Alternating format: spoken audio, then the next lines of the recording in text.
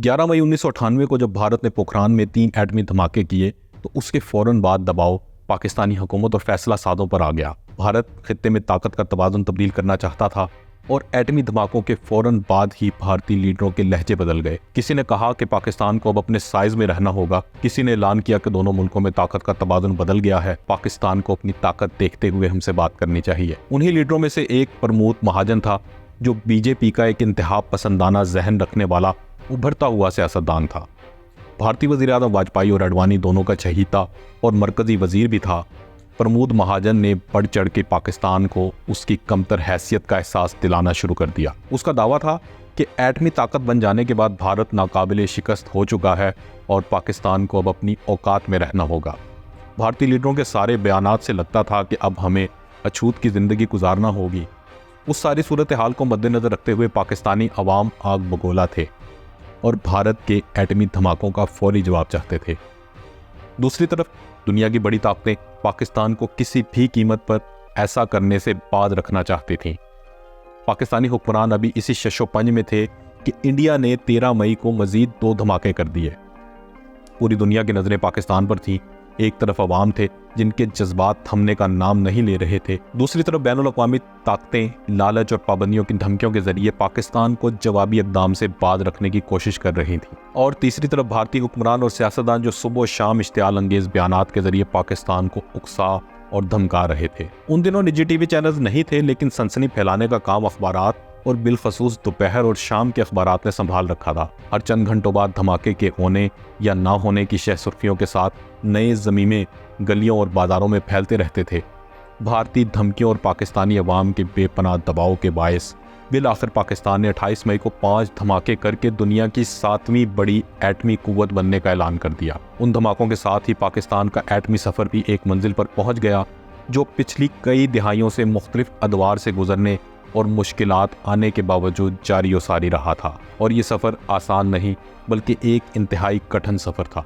इस सफ़र की कहानी कब, कैसे और कहां से शुरू हुई, इस वीडियो में आपको इन तमाम सवालों का जवाब मिलने वाला है। दोस्तों, आज़ादी के बाद पाकिस्तान ने एटमी हथियार बनाने का इंदिया नहीं दिया था और सन 1953 में वज़ीर ख़ारजा ज़फ़रुल्लाह खान ने सरकारी तौर पर एटम बम ना बनाने का पॉलिसी बयान जारी किया। ताहम तवानाई की पैदावार के लिए एटमी प्रोग्राम के आगाज़ में दिलचस्पी भी जाहिर की, यानी एक तीर से 2 शिकार किए। पाकिस्तान ने सन 1953 में अमेरिका के साथ सनती और पुरअमन मकासद के लिए एटमी टेक्नोलॉजी के इस्तेमाल और रिएक्टर की तामीर की याददाश्त पर दस्तखत किए। सन 1953 में अमेरिका की एटम फॉर पीस पॉलिसी की हिमायत और बाद अज़ां उसके साथ और अमन मकासद के लिए एटमी टेक्नोलॉजी के इस्तेमाल की याददाश्त के बाद पाकिस्तान एटमी प्रोग्राम के फ़रोग़ के लिए सन 1953 में एटॉमिक एनर्जी कमीशन का बाज़ाब्ता क़याम अमल में लाया। कमीशन बनने की देर थी कि पाकिस्तान ने सन 1960 और 63 के दौरान यूरेनियम की तलाश का प्रोजेक्ट शुरू किया, जिसके तहत लाहौर और ढाका में 2 सेंटर्स कायम किए गए। डेरा गाजी खान में यूरेनियम के ज़खायर मिलने के बाद पाकिस्तान एटॉमिक एनर्जी कमीशन ने उसको निकालना शुरू किया। सन 1965 में पाकिस्तानी इदारों को इल्म हुआ कि भारत एटमी हथियार बनाने की तरफ पेशकदमी कर रहा है, जिस पर उस वक्त के वज़ीर ख़ारजा ज़ुल्फ़िकार अली भुट्टो और सदर अयूब खान ने बैनुल-अक़वामी एटॉमिक एनर्जी एजेंसी के पाकिस्तानी इंजीनियर मुनीर अहमद खान से मुलाकातें की। ताहम वक्ती तौर पर एटमी हथियार ना बनाने का फैसला किया। पाकिस्तान ने कनाडा की मदद से सन 1972 में पहला सिविलियन न्यूक्लियर रिएक्टर लगाया था। सन 1973 में मशरक़ी पाकिस्तान की अलहदगी के बाद पाकिस्तानी हुक्काम ने यह सोचना शुरू कर दिया था कि भारत से मुकाबले के लिए एटमी हथियारों का हसूल ज़रूरी है। जब 1974 में भारत ने पहला एटमी टेस्ट किया तो उस वक्त के वज़ीर आज़म ज़ुल्फ़िकार अली भुट्टो ने इसको नागज़ीर करार दिया और कहा कि पाकिस्तान हर सूरत एटम बम बनाएगा, चाहे घास ही क्यों ना खाना पड़े। सन 1974 में कनाडा ने जोहरी अदम फैलाव तनाज़े की वजह से पाकिस्तान के साथ एटमी ताउन ख़त्म कर दिया और उसी साल पाकिस्तान ने यूरेनियम की अफसूदगी के लिए कहूटा रिसर्च लेबॉर्ट्रीज़ कायम की और डॉक्टर अब्दुल कदीर खान ने यूरेनियम अफसूदगी पर काम शुरू कर दिया। सन 1979 में अमेरिका ने पाकिस्तान की फ़ौजी और मुआशी इमदाद ये कहकर मुअत्तल कर दी कि पाकिस्तान का एटमी प्रोग्राम पुरअमन नहीं रहा। पाकिस्तान ने सन 1980 में दावा किया कि वो मुल्क के अंदर मौजूद यूरेनियम से एटमी ईंधन तैयार करने वाले ममालिक में शामिल हो गया है। अमेरिका ने सन 1982 में खित्ते में रूनुमा होने वाली सियासी और फ़ौजी तब्दीलियों के बाद पाकिस्तान से मुआशी और फ़ौजी पाबंदियाँ हटा लीं। ताहम एटमी प्रोग्राम जारी रखने की बिना पर अमेरिका ने सन 1990 में दोबारा पाकिस्तान पर मुआशी और फौजी पाबंदियां आयद कर दी। भारत ने सन 1996 में एटमी वारहेड ले जाने वाले पृथ्वी मिसाइल का तजर्बा किया। उसके जवाब में पाकिस्तान ने अप्रैल 1998 में एटमी मिसाइल गौरी का तजर्बा किया। भारत ने 11 और 13 मई 1998 को यक्के बाद दीगरे एटमी धमाके कर दिए। धमाकों के बाद भारत की जानिब से पाकिस्तान को धमकियां में बयान दिए जाने लगे। पाकिस्तान की सियासी और अवामी हलकों की जानिब से भारत को जवाब दिए जाने का मुतालबा हुआ।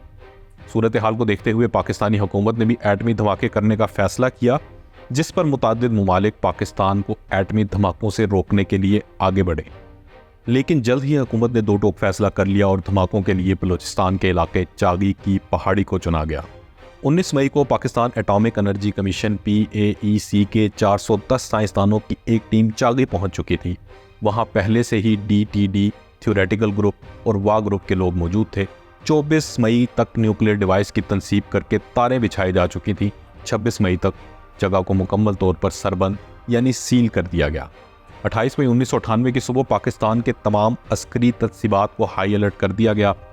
धमाके के मुकाम से 10 किलोमीटर दूर ऑब्जर्वेशन पोस्ट पर 10 अरकान पर मुश्तमिल टीम पहुंच गई, जिनमें एटॉमिक एनर्जी कमीशन के chairman doctor Ishfaq, doctor Abdul Qadeer Khan, doctor Samar Mubarakmand, Kahuta research laboratories के 4 साइंसदानों के साथ पाक फौज की टीम के कायद जनरल जुल्फ़िकार शामिल थे।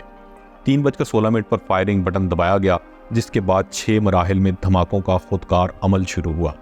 जब एटमी धमाका हुआ तो दूर दूर तक ज़मीन की बुनियादें हिल गईं। ये रेक्टर स्केल पर 4 से 6 की शिद्दत का एक ज़लज़ला था। धमाके के बाद काले रंग का मजबूत ग्रेनाइट पहाड़ पहले ग्रे रंग में और फिर उसके बाद पीले रंग में तब्दील हो गया।